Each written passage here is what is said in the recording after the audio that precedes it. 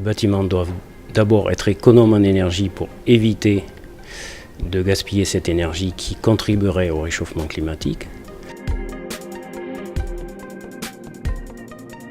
D'autre part, les bâtiments doivent en même temps s'adapter au réchauffement climatique et au désordre climatique parce que ce réchauffement va se traduire non seulement par des températures plus élevées mais aussi des cyclones, des pluies abondantes et donc il va falloir trouver des moyens de se protéger de toutes ces agressions.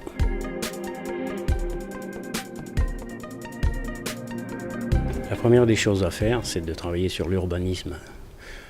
On aura la dernière intervention ce soir sur un urbanisme de type oasis, on va dire, qui permettent des températures, des conditions de vie bien plus agréables.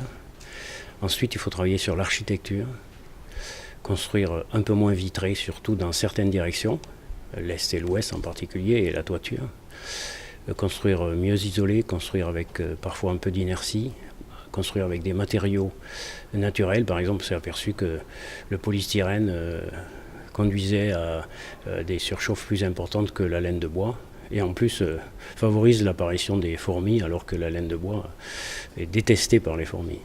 Donc travailler donc sur l'architecture et enfin il faut travailler sur la technique, mettre en place des outils très peu consommateurs d'énergie qui nous permettent de revenir à des conditions de confort acceptables. Disons qu'on peut dire que le végétal doit servir d'enveloppe dans les bâtiments parce qu'il est renouvelable et parce qu'il est très efficace. Le minéral doit servir de masse dans le bâtiment. Alors ça peut être de la terre, ça peut être de la pierre, ça peut être du béton.